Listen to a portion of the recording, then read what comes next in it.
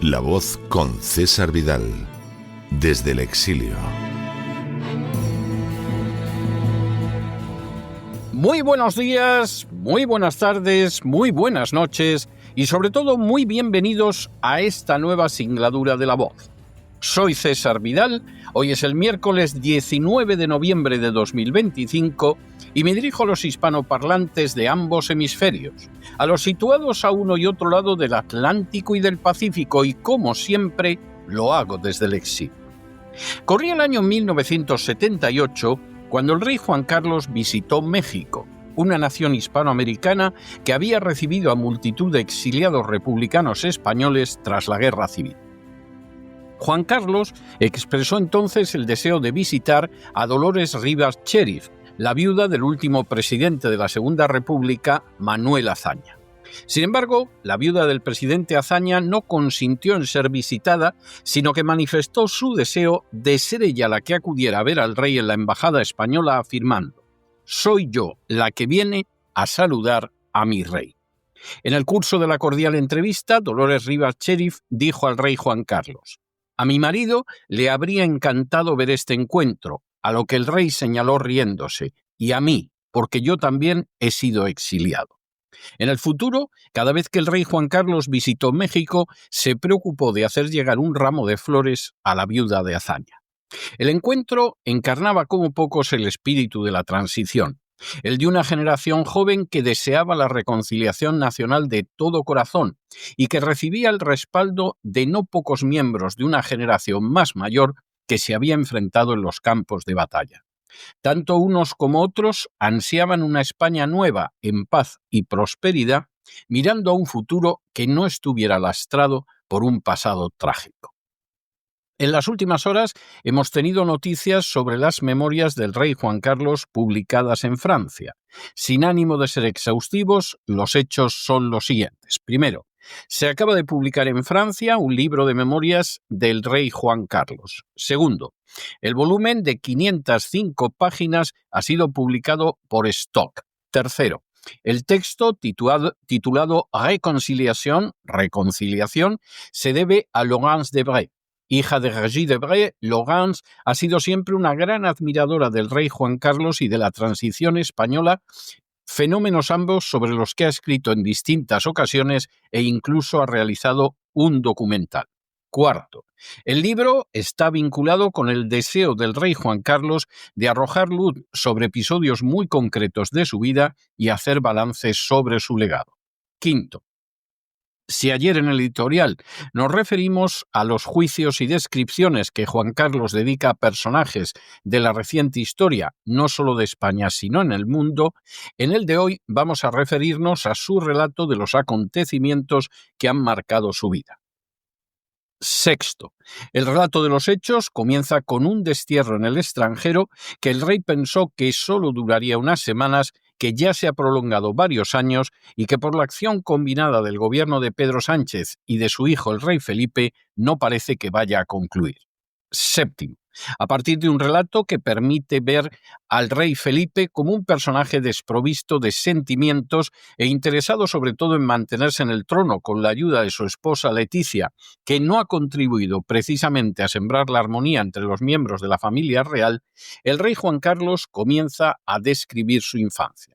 Octavo, fue la infancia de un niño que nació en el exilio, que tuvo problemas para manejarse con la lengua española durante sus primeros años, aunque podía expresarse con soltura en otros idiomas, y que se enfrentó con problemas como la dislexia o el hecho de ser zurdo y que lo obligaran a escribir como si fuera diestro. Noveno, ese niño, al que se llamaba habitualmente Juanito, fue enviado a España a educarse en virtud del pacto sellado en el Yate Azor entre su padre, don Juan, y el general Franco. Para don Juan significaba el reconocimiento por Franco de que la monarquía debía continuar y para Franco implicaba que el futuro de España seguiría en sus manos de manera indefinida. 10.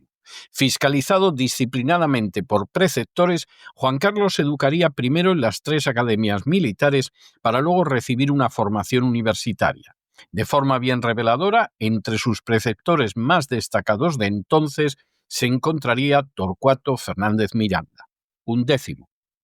Durante años, Juan Carlos aspiraría a ser designado sucesor por Franco, y lo haría en medio de un clima enrarecido en el que Franco administraba sobre todo silencios y buena parte del entorno franquista, especialmente de la Falange, le era abierta y despectivamente hostil. 12. La designación de sucesor se la comunicó Franco exigiéndole que en ese mismo momento le dijera si aceptaba o no y señalándole que no podía consultar la cuestión con su padre don Juan. Juan Carlos aceptó el ofrecimiento de Franco, lo que provocó que por 6 meses su padre no le dirigiera la palabra y que incluso pensara en solicitar de las casas reales europeas que no lo reconocieran, un paso que finalmente no dio, disuadido por su esposa. 13.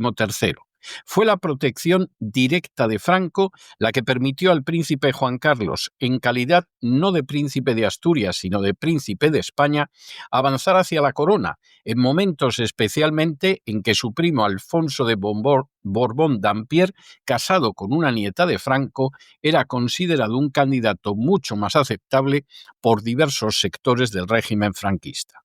14. De manera bien reveladora y además cierta, Juan Carlos afirma en sus memorias que todo lo que es se lo debe a Franco, que logró que fuera coronado y que siempre mantuvo con él una magnífica relación en la medida en que era consciente de que tras su muerte tendría que producirse un cambio político en España en que se legalizaran los partidos, se celebraran elecciones y se avanzara hacia un sistema democrático. 15. Fue la resolución de Franco la que se tradujo en que Juan Carlos fuera coronado rey en medio de un clima de malestar social que venía al menos desde la crisis económica iniciada en 1973 y de una incertidumbre sobre cómo reaccionaría el régimen. 16. De hecho, el último presidente del gobierno de Franco, Carlos Arias Navarro, no tuvo la decencia de dimitir, obligando a Juan Carlos a confirmarlo en su puesto y retrasando la tarea de desguace del franquismo y de marcha hacia la transición democrática. 17. Juan Carlos ya había comenzado la tarea de la transición antes de la muerte de Franco e incluso a través del dictador rumano Ceausescu había comenzado los contactos con el Partido Comunista de España. 18. La pésima sintonía entre Juan Carlos y Arias Navarro acabó llevando a este a dimitir, especialmente tras una visita del rey a Estados Unidos en la que manifestó su firme compromiso con una transición democrática. 19. La transición tendría, aparte del rey Juan Carlos, a 2 figuras claves. La primera fue Torcuato Fernández Miranda, que pudo ser presidente del gobierno, pero que prefirió estar en el Consejo del Reino y en las Cortes para servir mejor al rey. Y la segunda, Adolfo Suárez, que fue designado a partir de una terna del Consejo del Reino impulsada directamente por Torcuato Fernández Miranda, que podría decir que había entregado al rey lo que el rey le había pedido. 20. Adolfo Suárez sería esencial para avanzar la ley de reforma política que fue aprobada primero por las Cortes franquistas y después por un referéndum, y especialmente para ir desmontando todo el aparato de la dictadura a la vez que se legalizaban partidos y sindicatos, se convocaban las primeras elecciones democráticas y se consagraban legalmente las libertades políticas. 21. Las primeras elecciones fueron un éxito a pesar de que la oposición se había enfrentado con ellas de manera rotunda. Suárez quedó consagrado como el artífice de la transición al lado del rey de Fernández Miranda, que se retiró de la vida pública poco después. 22º. Aunque Juan Carlos fue consciente de que el gran problema para la unidad de España era el nacionalismo catalán y no el vasco, ese hecho, que se vería confirmado durante las décadas siguientes, quedó opacado por la manera en que la organización terrorista ETA acompañó la transición con la mayor oleada de asesinatos de su sangrienta historia. 23º. Los crímenes de ETA y un malestar social que se intentó frenar mediante los pactos de la Moncloa, de los que Juan Carlos habla muy elogiosamente, fueron los factores que, junto a un deseo de volver al franquismo, provocaron el golpe del 23F, desencadenado a los pocos días de la dimisión de Adolfo Suárez. 24º. Juan Carlos señala en sus memorias que el 23F no hubo un golpe, sino 3. Junto a la acción golpista de una extrema derecha involucionista representada por Tejero y Milans del Bosch, existía otro golpe que pretendía llevar a la presidencia del gobierno al general Armada. Golpe para el que se habían establecido conversaciones con los partidos políticos y especialmente el socialista. Y un tercer golpe, ideado por falangistas, que pretendía aprovechar el primero para hacerse con el poder y restaurar el franquismo. 25º. Juan Carlos afirma en sus memorias que nunca estuvo al corriente de ninguno de los 3 golpes y que la entrada de Tejero en el Congreso constituyó una amarga sorpresa. Inmediatamente se puso en contacto con los jefes de las regiones militares para evitar que se sumaran al golpe, mientras que el jefe de la Casa Real, Sabino Fernández, bloqueaba la llegada del general Armada al Palacio de la Zarzuela y comunicaba a los generales que preguntaban al respecto que Armada ni estaba con el rey ni se le esperaba. 26º. A pesar de que no menos de la mitad de los jefes de las regiones militares, según Juan Carlos, eran partidarios de apoyar el golpe, las órdenes contrarias del rey lo desarticularon en una situación difícil en que el mismo mensaje del monarca por televisión tuvo que esperar a que se consiguiera sacar 2 equipos de televisión española de manera clandestina y a que por rutas distintas llegaran con bastante retraso a Palacio. 27º. Cuando unas horas después de desarticulado el golpe, Juan Carlos se reunió con los distintos dirigentes políticos, le reconoció a Adolfo Suárez que, a diferencia de él, se había equivocado con el general Armada, ya que le había mentido y era un traidor.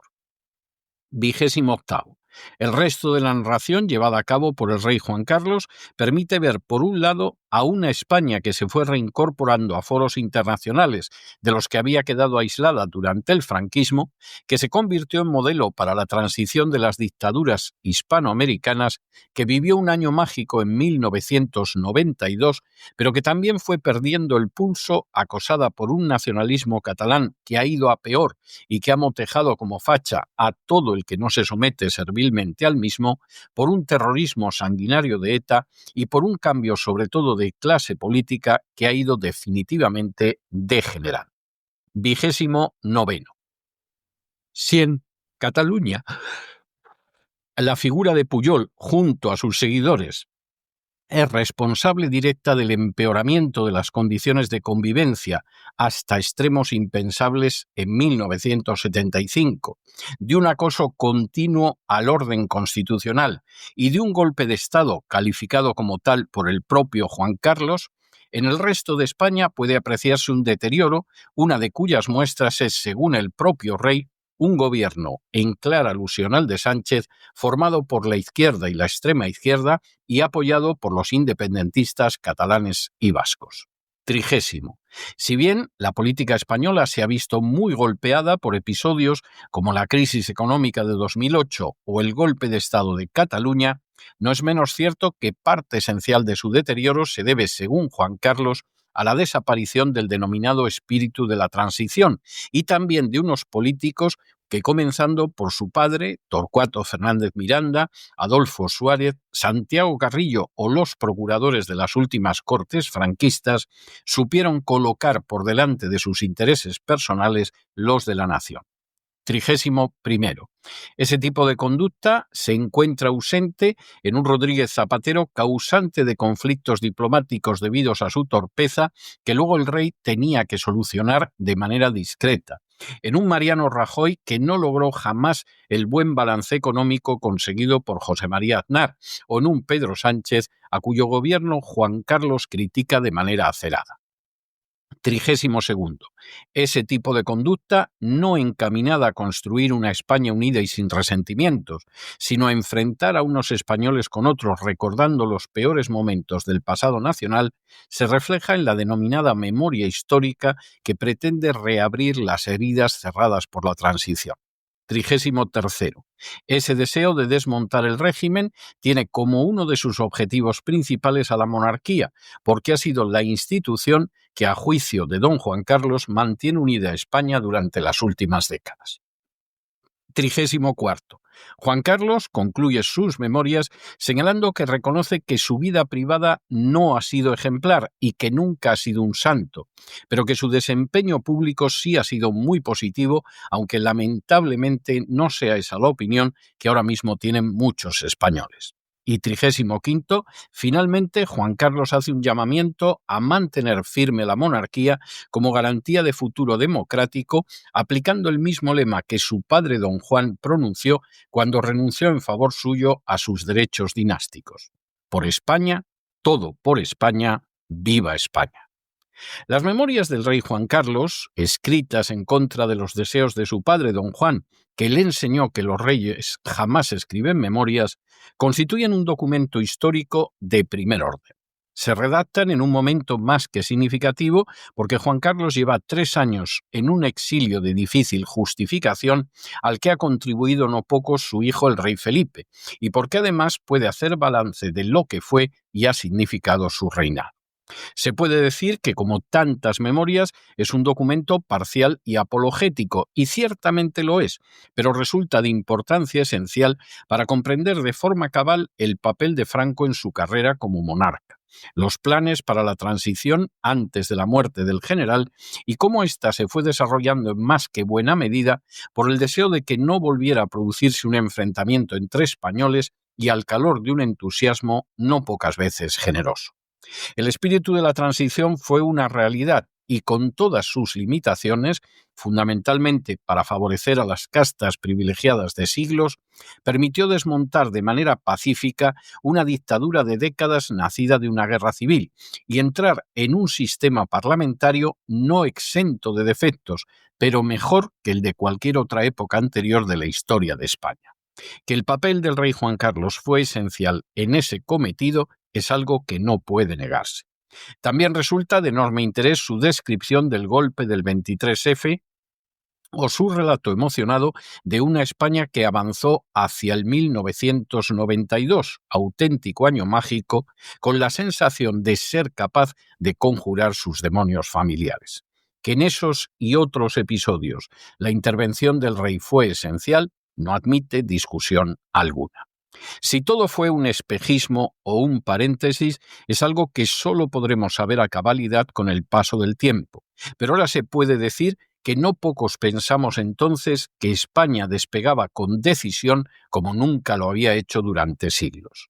La codicia criminal del nacionalismo catalán, la corrupción de unas castas políticas a las que España no les importa nada, la falta de competencia económica sufrida tras los gobiernos de Aznar, la inmoralidad de unos gobernantes que se valen de la tergiversación de la historia para enfrentar a los españoles, e incluso la ilegalidad sistemática de unos buscabonus de la agencia tributaria, cuya catadura inmoral descubrió el rey Juan Carlos cuando fueron a por él, como antes de la manera más injusta habían ido a por millones de españoles, son solo algunos de los aspectos principales que dejan de manifiesto la crisis del sistema.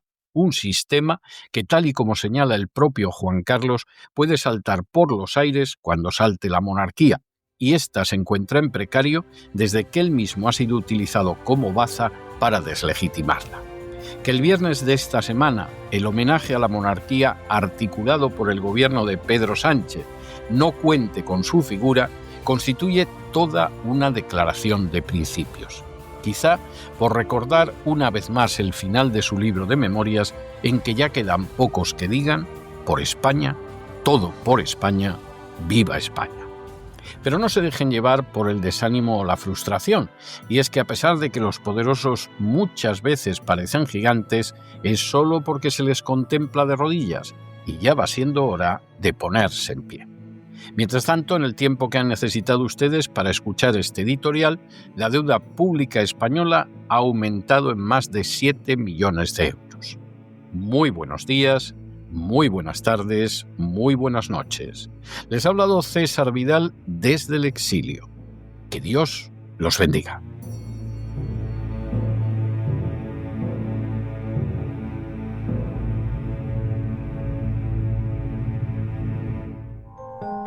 Sección patrocinada mediante crowdfunding con el siguiente mensaje: Nuestro Señor Jesucristo, el único Dios verdadero, es misericordioso y nuestro Salvador.